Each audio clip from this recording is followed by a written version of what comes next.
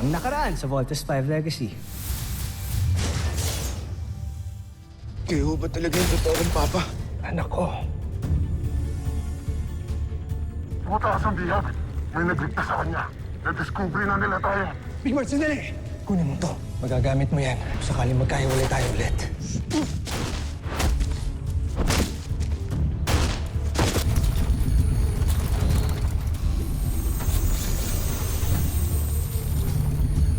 Nakita ko na po si Papa. Ito po, binigay sa akin ni Papa to bago siya mabawi ng mga kalaban. Kami nang bahala mag-decode dito. Ang homesack na Rodka at si Dr. Ned Armstrong ay iisa. Kaya pala malakas ang depensa ng Terra Air 2. Laking gulat na siguro ni Prinsipe Santos pag nalaman niya na may mga kapatid pa siyang iba. Wag! Ilihim mo ito sa kanya, Joel. At itago mo rin sa kanya na buhay pa ang kanyang ama. Thunder Missiles! Buti naman, bumalik ka. Ano pa hinihintay natin? Let's vote!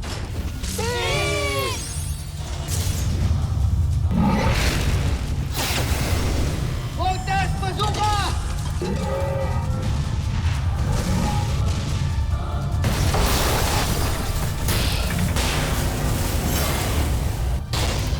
Laser Sword!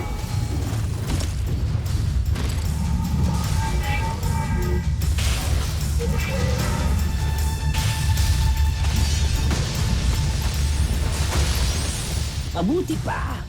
Pagtulungan ka na lang sa amin para matapos ang lahat ng ito. Kahit patayin ninyo ako, wala kayong mapapala sa akin. Eh, di mabulok ka dyan. Good news, team. I have deciphered the code that your father gave us. At sa log entry number na yan, may frequency number ng pulse wave na embedded sa katawan ni Dr. Armstrong. Ned Armstrong is here in this location. Sigurado ba kayo dyan, Dr. Hook? Baka mamaya di ko atrap na naman yan. Huwag kang sumama kung ayaw mo. Alright, team. Let's go find Papa.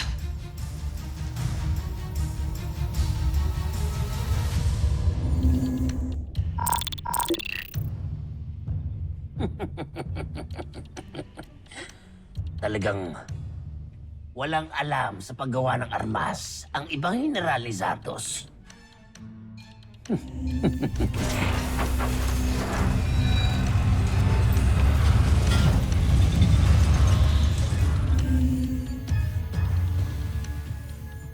Palalakasin kita.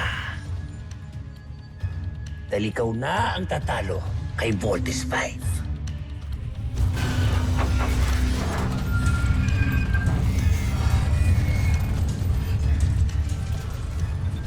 Soldier,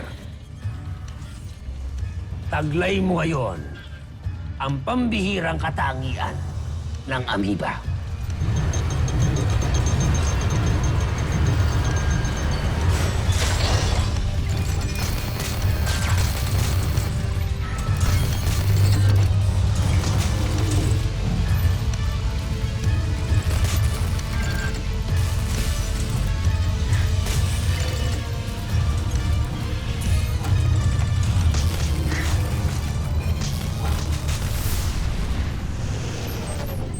So guys, lumalakas yung signal dito.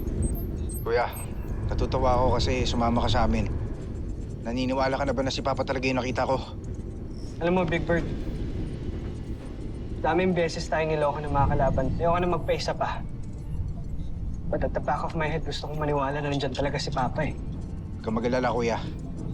Pag nakita mo siya, mawawala lahat ng doubts mo. Sana nga, siya talaga si Papa.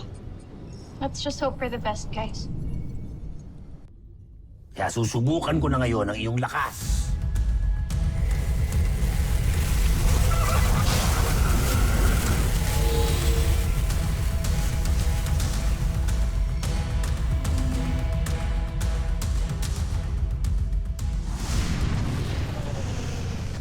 Ito guys, malakas na yung signal dito. Malapit na tayo sa location. Kung malakas yung pulse na ibig sabihin, posible rin na malapit na yung kalaban sa atin. General, Ano kailangan mo? namataan namin ang 4 na Voltes 5 na malapit sa ating pinagtataguan. At may nadiskubre tayong kaming sinyales na tila hinahanap nila. Saan nanggagaling ang sinyalis na yan? Malamang, si Rotgar ang may pakana niyan. Gumawa siya ng paraan para matunton ng mga kalaban natin ang lokasyon natin. Bantayan mo yan. Ikaw, sumunod ka sa akin. May solusyon ako.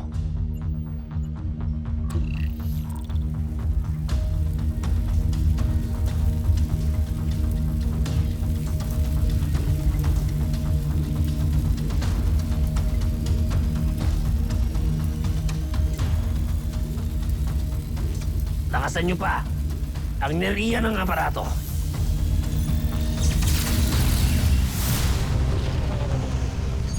Teka.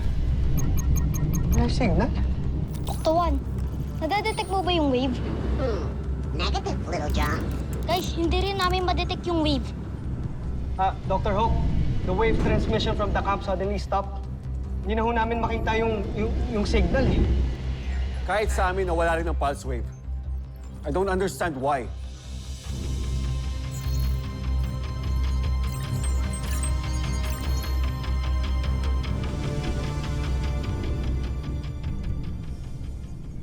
Yan. Sigurado ako, hindi nalulusot ang pangsagap ng senyales ng Vortex Spike sa tindi ng enerhiya na bumabalot kay Rotgar. Ewan ko lang, kung matuntun pa nila to,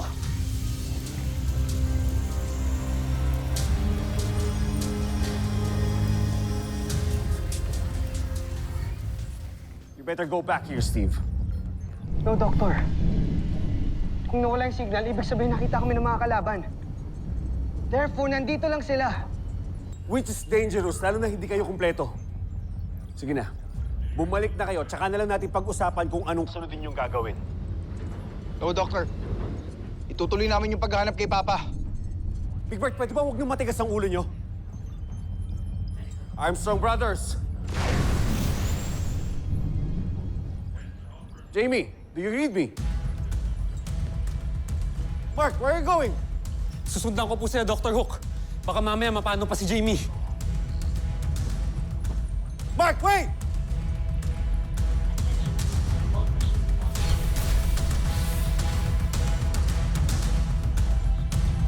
Oh, ano tinitingin niyo?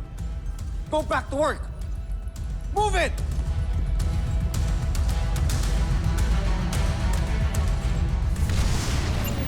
General, hindi pa rin umalis ang kalaban natin. Sa halip, patuloy pa rin nilang pinaghahanap ang lokasyon natin.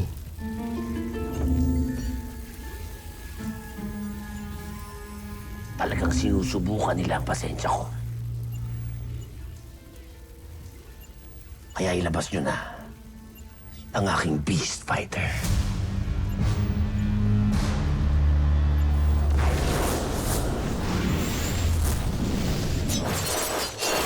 Beast Fighter detected! Team evasive maneuvers!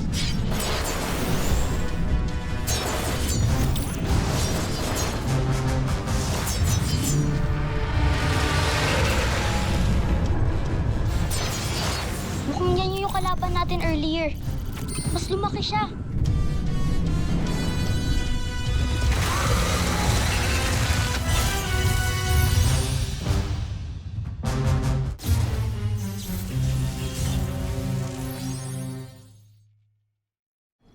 Voltes team, this is CBF Command. Respond. Damn it! Mga sutil talaga eh. Hindi ka sasagutin ng mga yan. Pagmumurahin mo lang sila. Sir, tigas kasi ng ulo eh. I told them to come back. Pero tinuloy pa rin nila yung paghahanap kay Dr. Armstrong kahit alam naman nila delikado na. Cut them some slack, Dr. Hook. They're not just good soldiers. Mababait din silang mga bata. Their hearts are in the right place.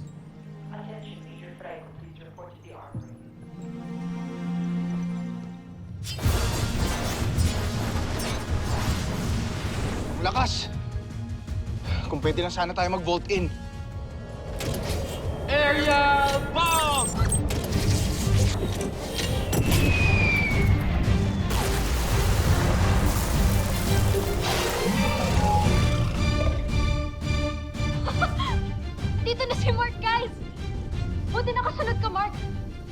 Matitiis ba naman kita?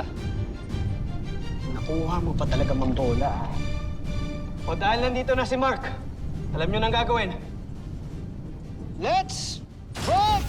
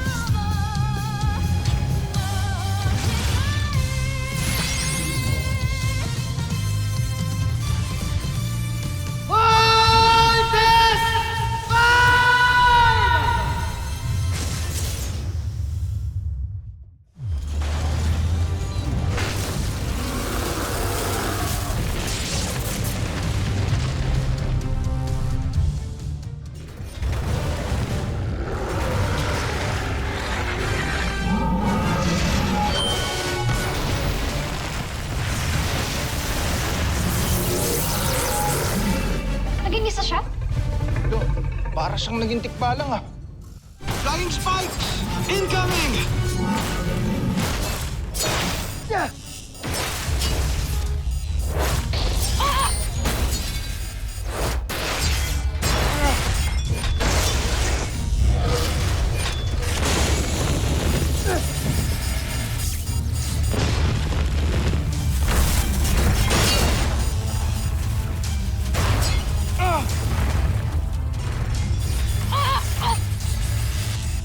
Bakit ba ang hilig nila tayong ipako sa lupa?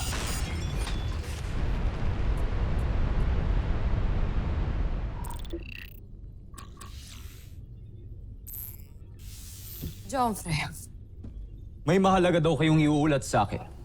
kagulat-gulat, Jomfre. Kasalukuyan na sa sagap ng ating radar ngayon si Soldier, ang ating beast fighter.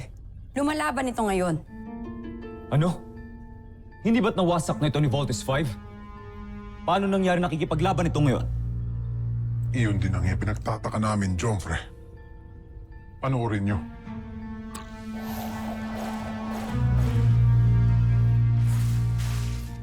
Kamangha-mangha. Winawasak ni Soldier si Voltes 5. Ngunit paano nangyari ito? Wala kaming kinalaman, Jomfre. Hindi kami kikilos ng walang basbas ninyo.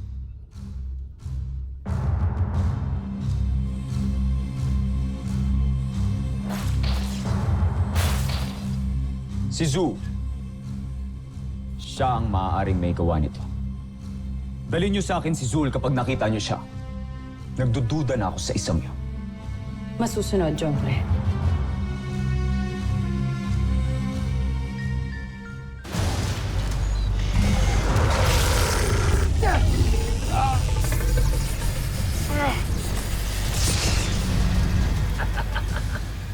Sige, soldier!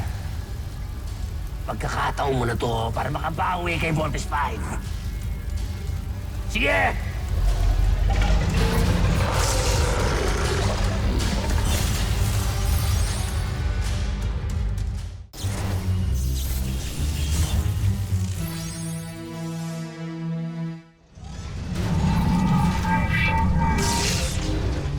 Kapin down tayo!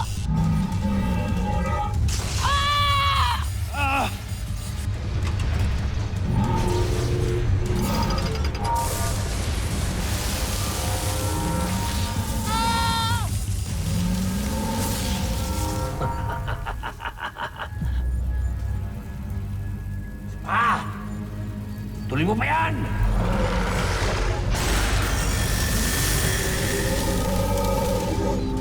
Mark, okay ka lang? Huwag niyo na ako isipin, Steve. Basta pilitin yung mga tayo. Can't even launch any of our weapons!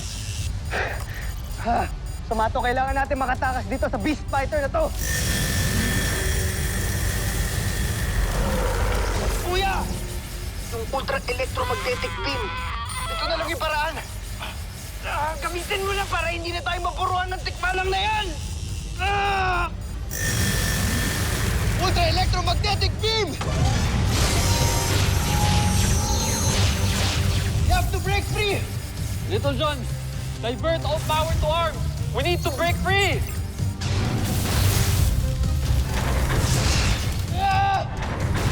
Oh, loko. Masarap ba?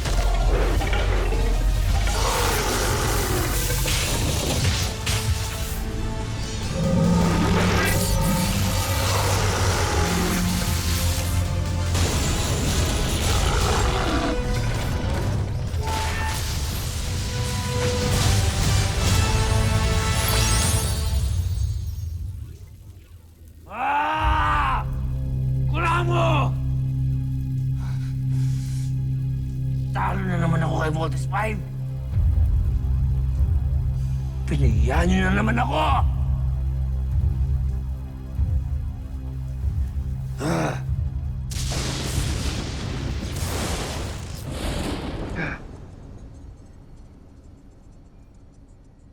Sa wakas, natalo na din natin yung Beast Fighter.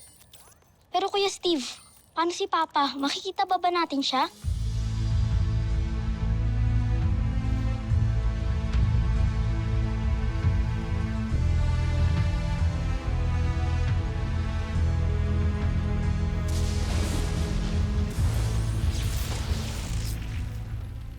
General Zul, may impormasyon kaming nakalap. Naghahanap ka na ng mga kawal ni Prinsipe Zardos. No?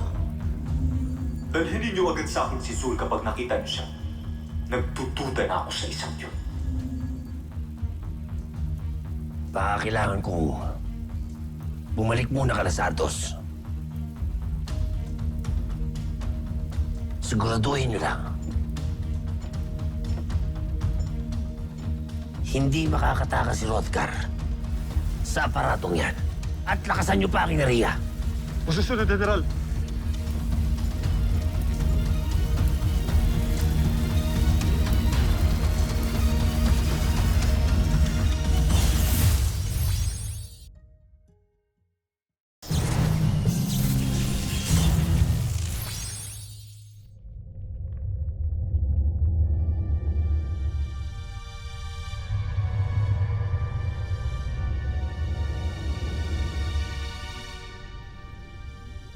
Mahal na prinsipe, kakadako lang ni Zul. Ano nangyari? Ano nangyari? Ano nangyari?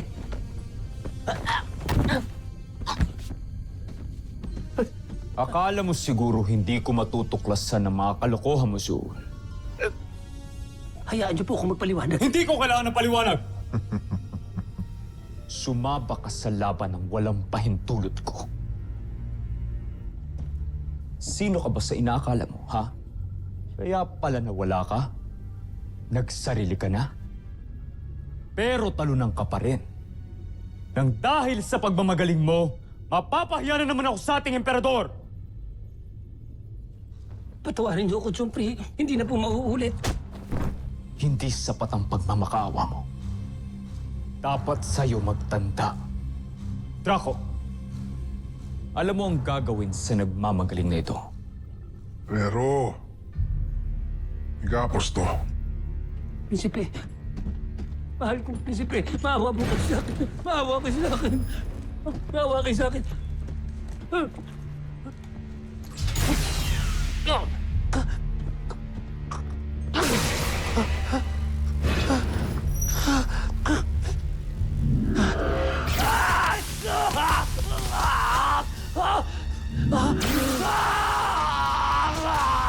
Sige, Draco! Huwag mong titigilan niya!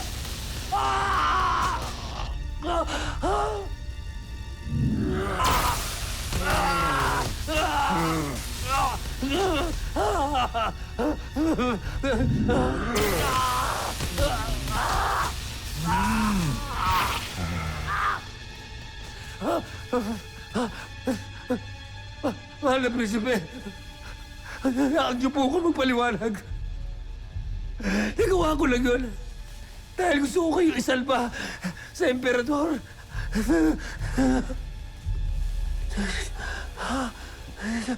Ano yun?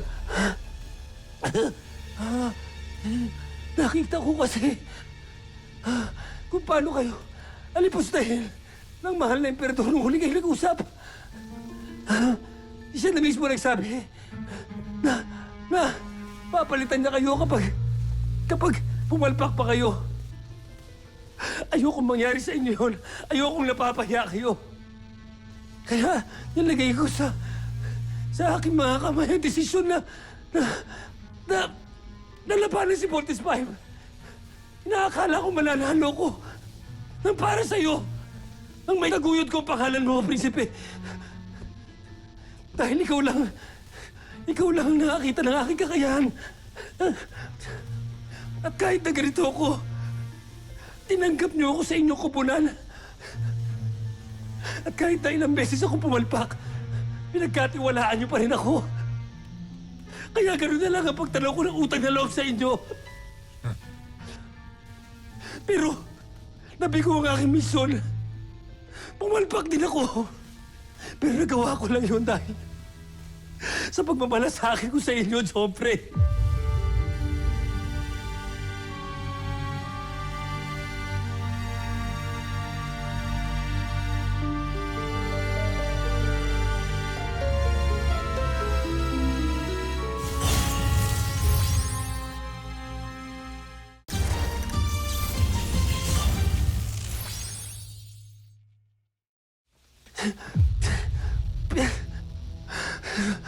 Pwede ba?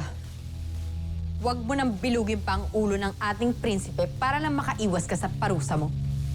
Kung sa tingin nyo, wala na ako sa isay. Tatanggapin ko na ito na ang katapusan ko. Sige, General Draco. Palakulin mo na ang ulo ko. Tapusin mo na ako. Ikagagalak ko, Zul. Wag! Sandali! Sandali! Mahal na Prinsipe! Mahimik ka! Jompre! Sandali, Draco! Ilapit mo siya sa akin.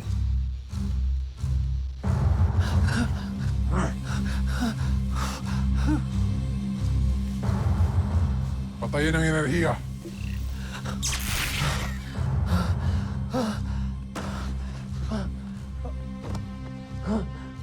Tawarin ko. Prinsipe. Sa susunod na magmagaling ka pa, kamatayan ang magiging kaparusahan mo. Maraming salamat, Jompre. Pastangan.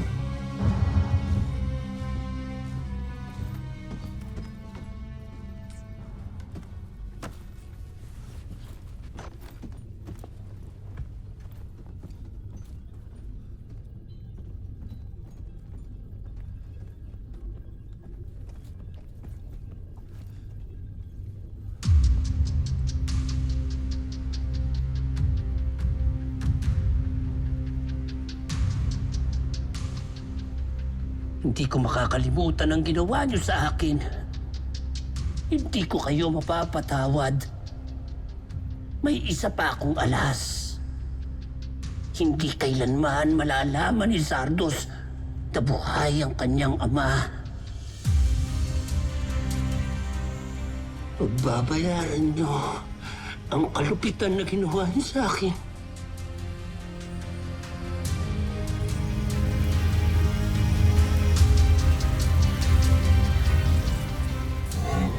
Susunod sa Voltes 5 Legacy. Joffrey, kung ako tatanungin niyo, karapat-dapat lang talagang palitan si Santos. Dahil aminin natin, hindi naman niya talaga kayang sakupin ang Terra Air 2. Alam ko! Kaya sa mga sandaling ito ay naglalakbay na ang aking emisaryo patungong Terra Air 2 para ituwid ang mga pagkakamali ni Zardos. Red alert! Battle stations! Magaling. Napasok na ni Sul ang kanilang kampo. Sana lang talaga ay maniwala ang Voltes 5 na isa siyang kakampi. Dahil kung hindi niya magawa ang aking pinapagawa, buhay niya ang magiging kapayo.